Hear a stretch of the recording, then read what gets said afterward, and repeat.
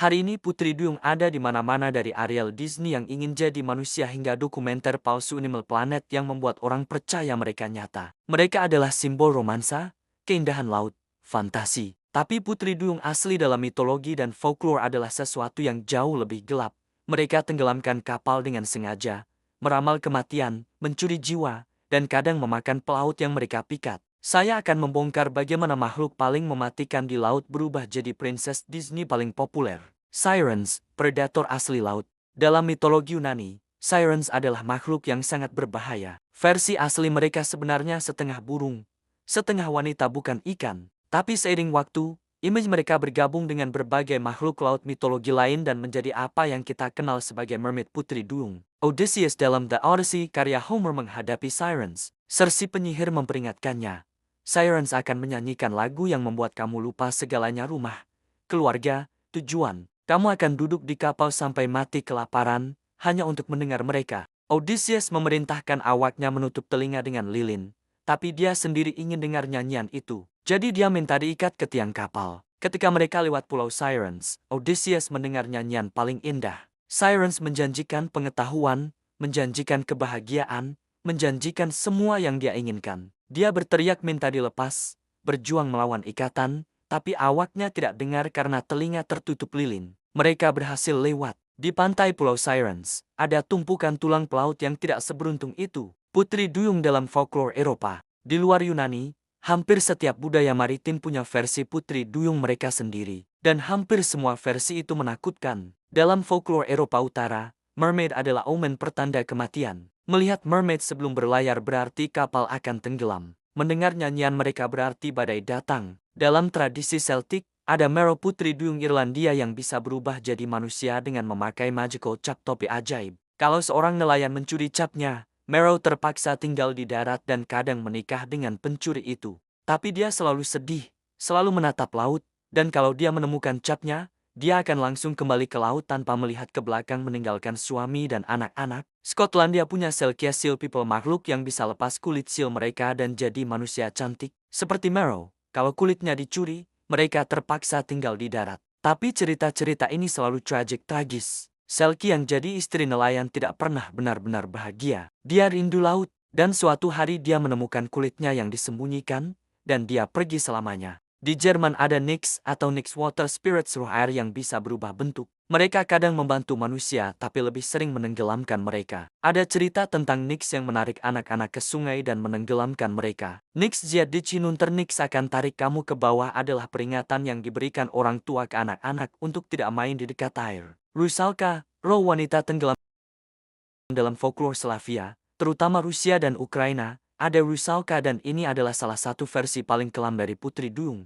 Rusalka bukan lahir sebagai makhluk laut. Mereka adalah roh wanita yang mati tenggelam kadang bunuh diri, kadang dibunuh, kadang kecelakaan. Dan mereka tidak bisa rest beristirahat. Rusalka tinggal di sungai dan danau. Di malam hari, terutama di bawah bulan purnama, mereka keluar dari air dan menari di tepi sungai. Kalau pria melihat mereka dan terpesona oleh kecantikan mereka, Rusalka akan menggoda mereka datang ke air. Lalu mereka akan menarik pria itu ke bawah dan menenggelamkannya sharing David berbagi nasib mereka. Yang membuat Rusalka sangat tragik adalah mereka adalah victim korban yang jadi monster. Mereka tidak memilih menjadi makhluk ini. Mereka adalah wanita yang mati dengan cara tragik dibunuh oleh kekasih, hamil di luar nikah dan bunuh diri karena malu, atau tenggelam karena kecelakaan. Dan sekarang mereka terkutuk untuk selamanya berada di between worlds antara dunia manusia dan kematian. Ada ritual khusus di beberapa wilayah Slavia untuk apis menenangkan Rusalka. Tinggalkan pakaian atau pita di tepi sungai. Jangan berenang di minggu tertentu dalam tahun yang dianggap Rusalka Week. Kalau kamu lihat wanita cantik sendirian di dekat air di malam hari, jangan dekati itu mungkin Rusalka hunting berburu. The Little Mermaid, versi yang tidak Disney. Hans Christian Andersen menulis The Little Mermaid tahun 1837, dan cerita aslinya jauh lebih gelap dari film Disney. Dalam cerita Andersen, Putri Duyung kecil memang jatuh cinta pada pangeran dan ingin punya jiwa immortal abadi seperti manusia. Tapi harga yang dia bayar jauh lebih brutal. Si witch penyihir laut mengambil suaranya dan memberikan kaki. Tapi ada tangkapan, setiap langkah akan terasa seperti berjalan di pisau tajam. Dia akan merasa sakit yang luar biasa setiap detik. Dan kalau pangeran menikah dengan wanita lain, Putri Duyung akan mati di pagi setelah pernikahan itu berubah jadi sifon busa laut. Pangeran tidak mengenalinya tanpa suaranya. Dia mengira penyelamatnya adalah prinses lain. Dia menikahi prinses itu.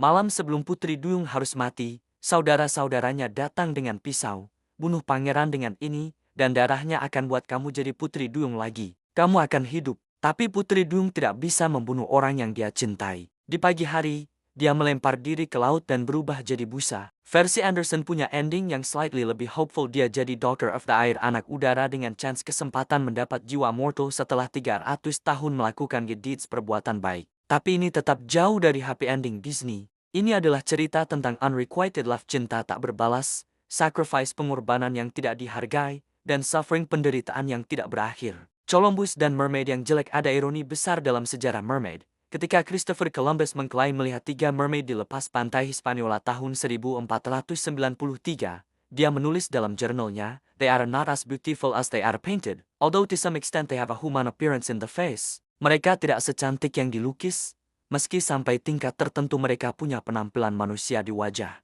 Apa yang Columbus lihat? Kemungkinan besar manatee atau dugong, mamalia laut besar yang kadang mengangkat kepala dari air dengan cara yang dari jauh bisa terlihat humanoid. Untuk pelaut yang sudah berbulan-bulan di laut tanpa melihat wanita, imajinasi bisa mengubah manatee jadi mermaid. Tapi fakta bahwa Columbus disappointed, kecewa dengan kecantikan mereka, menunjukkan betapa kuat myth tentang mermaid cantik sudah ada. Pelaut selama berabad-abad bercerita tentang beautiful sea maidens. Lukisan dan ukiran menampilkan mereka sebagai wanita cantik dengan ekor ikan. Realitas dari manatee gemuk adalah letdown, mengecewakan. Yang menarik, sightings penampakan mermaid terus terjadi selama berabad-abad. Beberapa adalah hoax, tipuan. Panjang, tinggi. Barnum yang terkenal dengan circusnya exhibited memamerkan Fiji mermaid yang ternyata adalah mumi yang dibuat dari torso monyet dijahit ke ekor ikan. Tapi hoax ini sangat populer karena orang ingin percaya mermaid ada. Disney dan transformasi total. Film Disney The Little Mermaid tahun 1989 adalah turning point yang mengubah mermaid selamanya dalam budaya pop. Ariel adalah princess yang rebellious, pemberontak, curious, penasaran, dan most importantly, paling penting, mendapat happy endingnya. Dia menikahi pangeran. Ayahnya memberikan kaki untuknya. Tidak ada sakit, tidak ada pengorbanan tragic. Disney membuat conscious choice, pilihan sadar untuk mengubah cerita Anderson jadi family friendly. Ursula si witch jadi villain yang jelas jahat. Eric si pangeran jadi hero yang recognize, mengenali Ariel. Sebastian si kepiting kasih comic relief. Lagu Part of Your World jadi anthem untuk siapa saja yang merasa trap, terperangkap, dan ingin eksplorasi dunia baru. Sejak Disney, mermaid dalam budaya pop anak-anak hampir selalu positif. Barbie, Mermaidia, H2O, Just Add Water, Aquamarine semua menampilkan mermaid sebagai magical, beautiful, kid. Mermaid jadi kostum populer untuk Halloween. Little girls ingin jadi mermaid. Bahkan mermaid dalam media yang lebih mature dewasa sering romanticize, diromanisasi. Splash tahun 1984 dengan Tom Hanks punya mermaid yang sweet dan innocent. Aquamarine tahun 2006 adalah teen comedy tentang friendship dan first love dengan mermaid sebagai karakter likable. Mermaid gelap.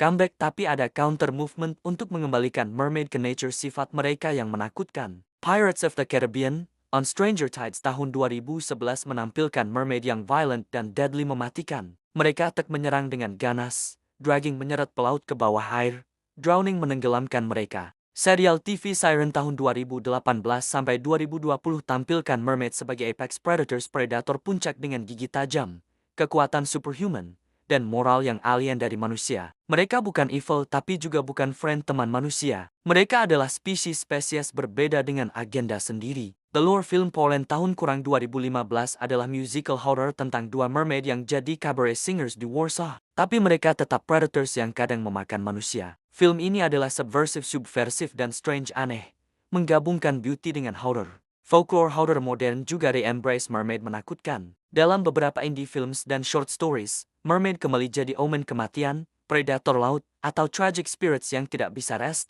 Pertanyaan untuk kalian, lebih suka mermaid Disney yang innocent atau mermaid folklore yang menakutkan dan tragic? Apakah kita kehilangan sesuatu penting dengan membuat mermaid terlalu aman? Tulis di komentar. Like kalau belajar sesuatu tentang sisi gelap mermaid. Subscribe untuk eksplorasi mitologi lainnya, dan share ke penggemar fantasy atau ocean mythology. Sampai jumpa.